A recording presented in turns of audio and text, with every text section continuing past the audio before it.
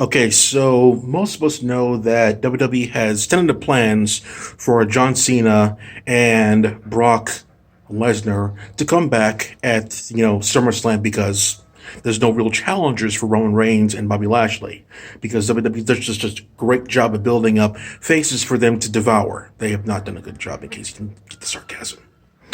What what they might do is have them come back for a championship, which is the worst idea in the world if you want to surprise people. So odds are, no matter who it doesn't matter if it's God himself, it doesn't matter because God's gonna be part time, Cena's part time, and Les is part time. There's no conceivable way anyone would actually think that both of those people are going to lose the championship, especially Roman Reigns, especially him.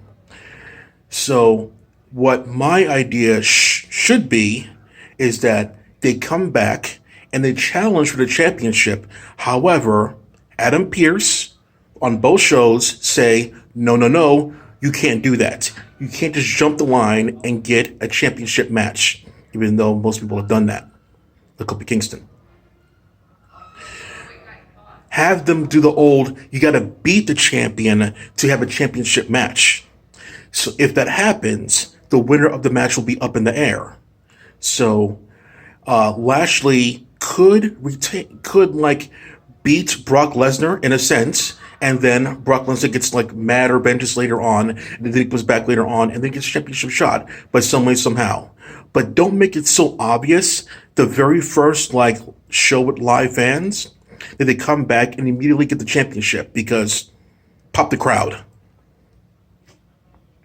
So let them have a number one contendership match against champion, and the winner of that one's kind of like up in the air. If Cena loses to Roman Reigns, okay, it's expected. If Cena beats Roman Reigns in that match, which is I think it's like the second match they had together. I remember that Roman beat John Cena the first time, and if Cena wins this one against him, it could be fine. It could be a panic submission. It doesn't not gonna be Roman tap for the championship war in a match. It's not gonna happen.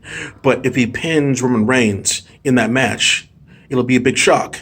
But then the championship won't change hands, and therefore Roman can continue his streak, and therefore create the intrigue for WrestleMania. If you want to be like John Cena versus Roman Reigns, or even better, Cena versus Roman versus The Rock at WrestleMania. That way, both of the Hollywood actors will have a little bit of like downtime in the middle of the match there and won't have to work so hard.